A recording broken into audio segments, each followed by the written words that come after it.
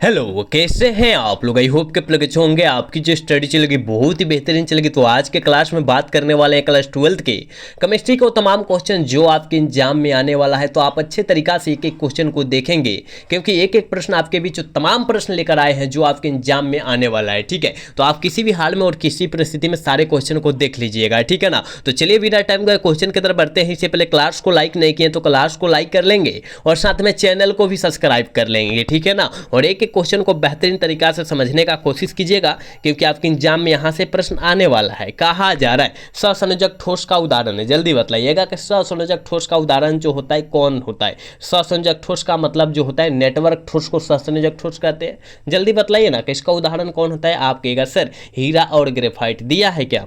कहेगा सर हीरा नहीं दिया लेकिन ग्रेफाइट दिया है। ऑप्शन डी में है, ऑप्शन डी वाला सही हो जाएगा। ठीक है, हम जितना क्वेश्चन बतलाएंगे उस क्वेश्चन को आप याद रखने का कोशिश करेंगे। ठीक है ना। और सोडियम क्लोराइड जो होता है मतलब NaCl को बोलते हैं सोडियम क्लोराइड, ये जो होता है आयनिक ठोस होता है, आप याद रखिएगा। ठीक है, चलिए नेक्स्ट क्वेश्चन यानी 2 नंबर क्वेश्चन जो है काफ़ी ज़्यादा इंपॉर्टेंट है और आपके एग्जाम 2024 में यह क्वेश्चन आ गया है। ठीक है ना। कहा जा रहा है 8:8 प्रकार की पैकिंग है। किस प्रकार का जो है ना वो पैकिंग में उपस्थित है। ठीक, जल्दी से बतला दीजिएगा 2 का ऑप्शन क्या होने वाला है। ठीक है, आप कहेगा सर ये जो है CSCl, याद रखिएगा CSCl का में पैकिंग में उपस्थित है, आप याद रखिएगा। ऑप्शन बी हो जाएगा 2 का, याद रखिएगा। नेक्स्ट क्वेश्चन 3 नंबर क्वेश्चन में कहा जा रहा है ना, कहा जा रहा है सौर सेल बनाने के लिए उपयोग में लाए जाने वाला पदार्थ है। सौर सेल बनाने के लिए जो होता है उपयोग में लाए जाने वाला पदार्थ जो है कौन है। आप कहेगा सर सिलिकॉन। हाँ वही तो है बाबू, ऑप्शन बी हो जाएगा। ठीक है, और जितने बच्चे अभी तक क्लास को देख रहे हैं और जितने बच्चे अभी क्लास को लाइक भी नहीं किए, सारे बच्चे से रिक्वेस्ट है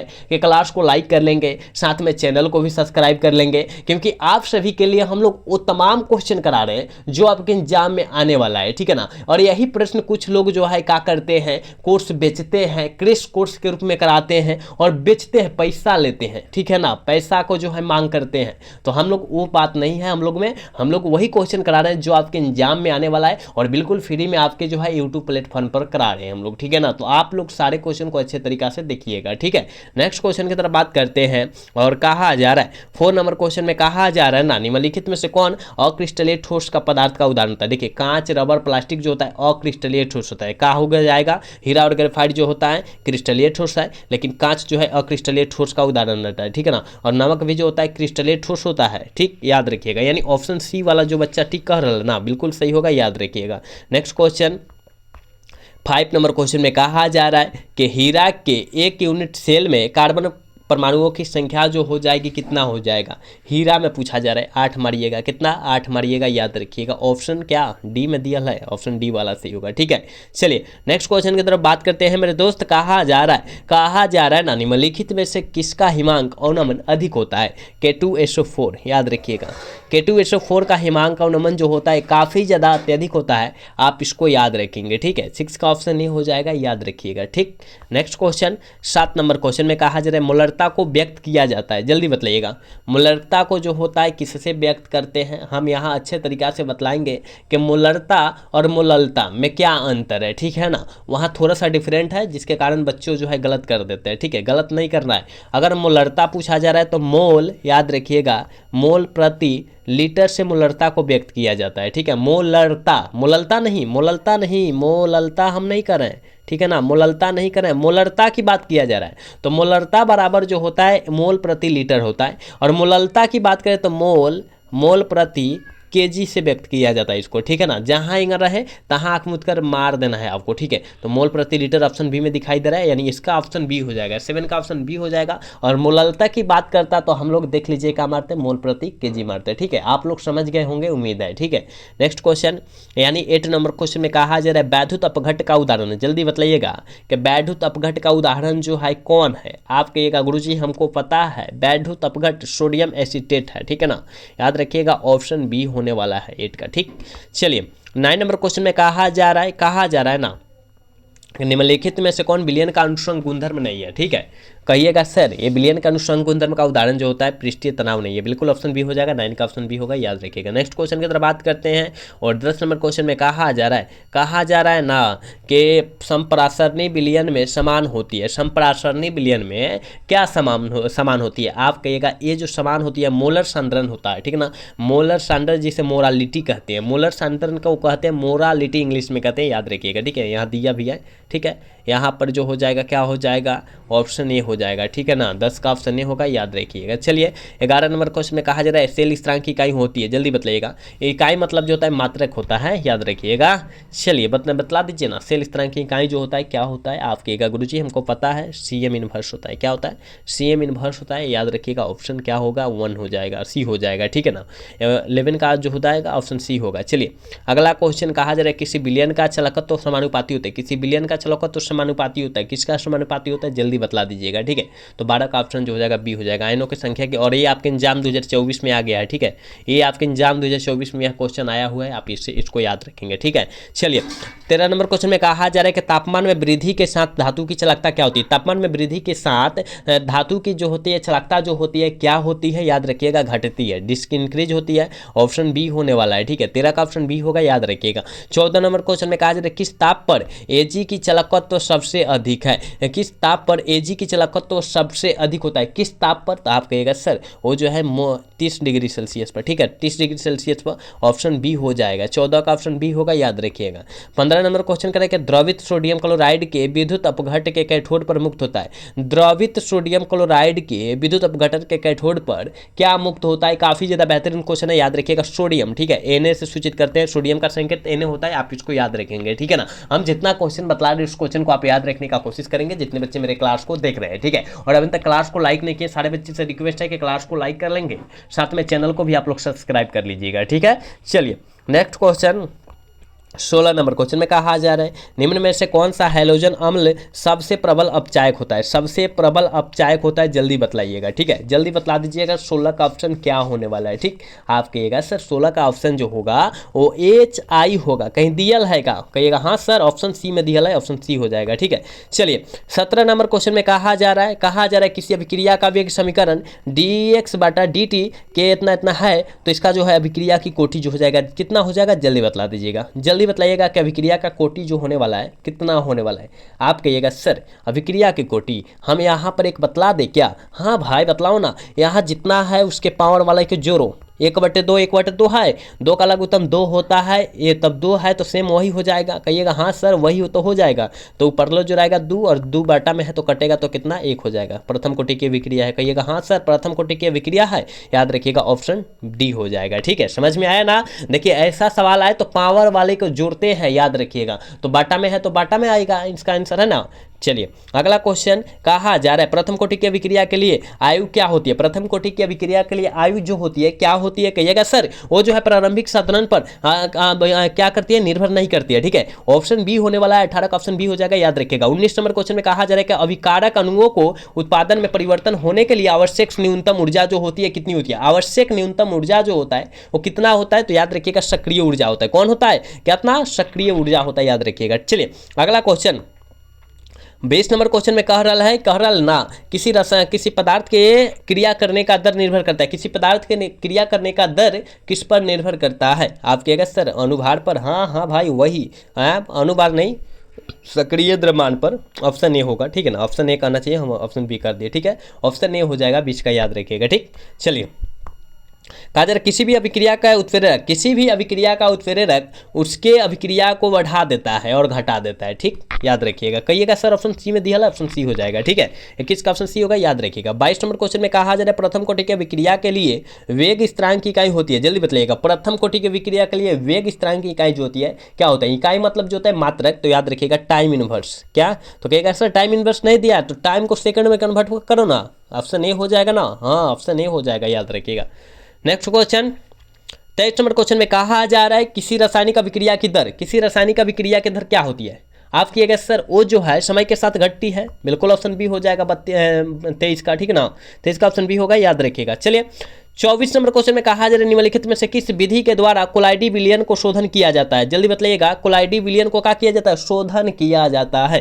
कहेगा अपोहन। बिल्कुल ऑप्शन सी होने वाला है, ठीक है, ऑप्शन सी होने वाला है, याद रखिएगा, ठीक, 24 का ऑप्शन सी होगा। चलिए 25 नंबर क्वेश्चन में कहा जा रहा है कि रासायनिक अधिशोषण में कितने परतें होती है? रासायनिक अधिशोषण में वो कितने परतें होती है? कहिएगा सर एक परत, वन, कितना? 1, याद रखिएगा, ऑप्शन ए होगा 25 का, ठीक। नेक्स्ट क्वेश्चन की तरफ बात करते हैं। 26 नंबर क्वेश्चन में कहा जा रहा है कि भौतिक अधिशोषण में लगभग ऊष्मा उत्सर्जित होती है, और आपके एग्जाम 2022 में यह क्वेश्चन आ चुका है, याद रखिएगा, 2022 में, 23 में ना 22 में आया है, याद रखिएगा, ठीक ना। तो भौतिक अधिशोषण में लगभग ऊष्मा उत्सर्जित होती है कितना? आप कहिएगा गुरुजी हमको पता है ये जो हुआ था 20 से 40 किलो जूल प्रति मोल, है ना, यानी ऑप्शन ए होने वाला है, ठीक है। 26 का ऑप्शन जो बचवा ए टिक कर रहा है बिल्कुल सही हो जाएगा, याद रखिएगा। चलिए 27 नंबर क्वेश्चन बतला दीजिए कि टिंडल प्रभाव प्रदर्शित करता है, किसको करता है? जल्दी बतलाइएगा, जितने बच्चे देख रहे हैं ना इसका आंसर जल्दी से बतला दीजिएगा, ठीक है, जल्दी बतलाइएगा कि टिंडल प्रभाव जो होता है किसको प्रदर्शित करता है? जल्दी बतलाइए, क्योंकि हमने ऑलरेडी ये सारे क्वेश्चन आपको बतला रखा है, ठीक है, तो आप सभी को पता होना चाहिए कि वास्तविक घोल के द्वारा ये प्रभाव प्रदर्शित होता है, यानी ऑप्शन ए हो जाएगा 27 का, याद रखिएगा, ठीक। 28 नंबर क्वेश्चन में कह रहा है एंजाइम का मुख्य आवश्यक क्या होता है? और भाई जो होता है क्या होता है? एंजाइम, तो कहिएगा सर प्रोटीन, क्या?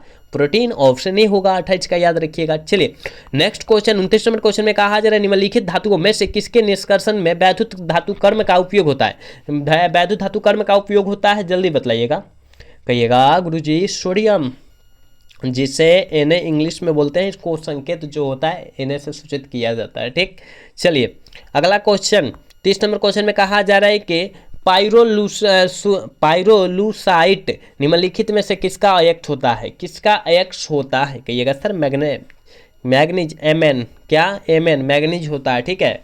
चलिए अगला क्वेश्चन कहा जा रहा है खनिज जिससे धातु का निष्कर्षण होता है कहा जाता है? खनिज जिससे धातु का निष्कर्षण होता है उसे क्या कहा जाता है? अयस्क, याद रखिएगा, ये आपके एग्जाम में कई बार आया हुआ है, ठीक है। अगर आपके पास कोई भी बुक हो उसमें देखिएगा तो कई बार आ चुका है यह प्रश्न, ठीक है। तो आपको इसको याद रखना होगा कि खनिज में जो धातु मल निष्कर्षण होता है उसे हम लोग अयस्क कहते हैं, और क्या एगो जो होता है खनिज में जो अयस्क अशुद्धियों को छांट देता है उसे क्या कहते हैं? गैंग कहते हैं, ठीक है ना। अयस्क में उपस्थित अशुद्धियों को क्या कहते हैं? अयस्क में उपस्थित अशुद्धियों को क्या कहते हैं? कहिएगा सर गैंग कहते हैं, याद रखिए ना, सारे याद रखने का कोशिश कीजिए। चलिए 32 नंबर क्वेश्चन में कहा जा रहा है लोहा का अयस्क है, जल्दी बताइएगा कि लोहा का अयस्क जो होता है क्या होता है? कहिएगा सर लोहा का अयस्क जो होता है हेमेटाइट होता है, मैग्नेटाइट होता है, सिडेराइट होता है, ऑप्शन डी वाला सही हो जाएगा। अब कहिएगा सर हेमेटाइट होगा, कैसे? आपका मन में डाउट चल रहा होगा कि सर लोहा का अयस्क हम हेमेटाइट पर हैं, कैसे होगा भाई? मुख्य अयस्क की बात नहीं किया जा रहा है, केवल अयस्क की बात किया जाए। मुख्य मतलब अच्छा, सबसे अच्छा अयस्क जो है लोहा का कौन है? वो जो हो जाएगा हेमेटाइट हो जाएगा, याद रखिएगा, ठीक है ना। लेकिन यहाँ पूछा जा रहा है केवल लोहा का अयस्क पूछा जा रहा है, तो इनमें से सभी मार देना है आपको, ठीक है। चलिए 33 नंबर क्वेश्चन में कहा जा रहा है कॉपर पाइराइट का सूत्र क्या होता है? जल्दी बताइएगा। कॉपर पाइराइट, कॉपर का सूत्र इकाई होता है, सूत्र होता है, ठीक है ना। कॉपर का सूत्र होता है, याद रखिएगा, कॉपर पाइराइट, ठीक। तो जल्दी बताइएगा क्या होने वाला है, ठीक। कहिएगा सर Cu, क्या? CuFeS2, कहिएगा हाँ सर वही होता है, हमको पता है पहले से, ठीक है ना। चलिए अगला क्वेश्चन 34 नंबर क्वेश्चन में कहा जा रहा है NaOH इसमें से किसे कहते हैं? किसे कहते हैं? जल्दी बताइएगा।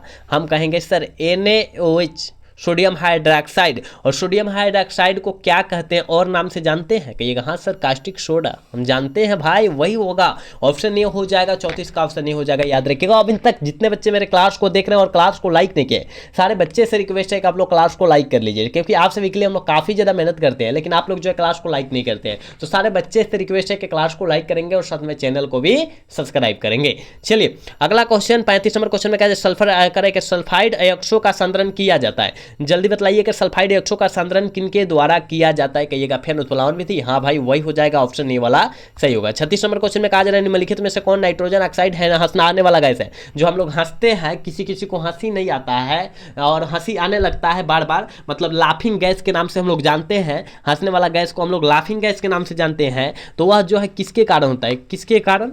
आप कहिएगा सर ये जो होता है, ये जो है नाइट्रस ऑक्साइड के कारण होता है, यानी ऑप्शन बी वाला सही जाएगा। देखिएगा कहीं कहीं आपको जो है हंसा दिया जाएगा, कहीं ग्रुप में ले जाकर छिट दीजिए इसको, सेंट जैसा तो होता है, सेंट जैसा होता है, जाकर छिटिए, काम में बन जाएगा, है ना, काम बना बस हो गया। चलिए अगला क्वेश्चन, यानी 37 नंबर क्वेश्चन में कहा जा रहा है निम्नलिखित में से कौन यौगिक करे शून्य द्विध्रुव आघूर्ण है, कौन है जो है शून्य द्विध्रुव आघूर्ण का उदाहरण होता है CCl4। CCl4 दिया है, देखिए कहिएगा हाँ सर ऑप्शन सी में दिया है, ऑप्शन सी वाला सही होगा। 38 नंबर क्वेश्चन में कहा जा रहा है निम्नलिखित में से कौन ध्रुवीय यौगिक है, जल्दी बताइएगा, काफी ज्यादा इंपॉर्टेंट है। कहिएगा सर ध्रुवीय यौगिक हमको पता है सल्फर डाइऑक्साइड को बोलते हैं, सल्फर डाइऑक्साइड यानी SO2 को बोलते हैं, याद रखिएगा ऑप्शन ए वाला सही होने वाला है, याद रखिएगा 38 का ऑप्शन ए सही होगा। ठीक, 39 नंबर क्वेश्चन में कहा जा रहा है निम्नलिखित में से किस उत्कृष्ट गैस के द्वारा सबसे ज्यादा योग बनाया जाता है, जल्दी बताइएगा किसके कारण जो होता है सबसे ज्यादा योग बनाया जाता है, आप कहिएगा सर जेनॉन के द्वारा, किसके द्वारा, जेनॉन के द्वारा, ऑप्शन डी हो जाएगा 39 का। ठीक है, नेक्स्ट क्वेश्चन की तरफ बात करते हैं मेरे दोस्त। 40 नंबर क्वेश्चन में क्या साधारण नमक का सूत्र क्या होता है, जल्दी बताइएगा, सारे बच्चे को पता है कि साधारण नमक यानी NaCl की बात किया जा रहा है, हाँ वही याद रखिएगा। चलिए अगला क्वेश्चन कहा जा रहा है निम्नलिखित करे के अमोनिया का निर्माण किस विधि द्वारा होता है, अमोनिया का निर्माण किस विधि द्वारा होता है, जल्दी बताइएगा। कहिएगा सर अमोनिया का निर्माण जो है हैबर विधि द्वारा होता है, बिल्कुल ऑप्शन डी हो जाएगा, याद रखिएगा। और आज की क्लास के लास्ट क्वेश्चन 42 क्वेश्चन ही लाए थे, याद रखिएगा 42वां क्वेश्चन है। कहा जा रहा है कि आवर्त सारणी के द्वितीय आवर्त में तत्वों की संख्या है, आवर्त सारणी के द्वितीय आवर्त में जो है आवर्तों की संख्या जो है कितनी है, कहिएगा गुरुजी हमको पता है 8, बिल्कुल ऑप्शन डी होगा, बी होगा। ठीक, ऑप्शन बी हो जाएगा 42 का। ठीक, तो हमने 42 क्वेश्चन आपके बीच तमाम क्वेश्चन कराए हैं जो आपके एग्जाम में आने वाला था। ठीक है, तो आप इसको जो है अच्छे तरीक़े से याद रख लीजिएगा, और जहां आपको समझ में नहीं आए वहां कमेंट करने का कोशिश जरूर कीजिएगा। ठीक है ना, तो आज का क्लास जो है कैसा लगा, अगर अच्छा लगा होगा तो चैनल को सब्सक्राइब और वीडियो को लाइक कर मिलेगा। मिलेंगे अगला सेशन में। जय हिंद, जय भारत, टाटा, बाय बाय।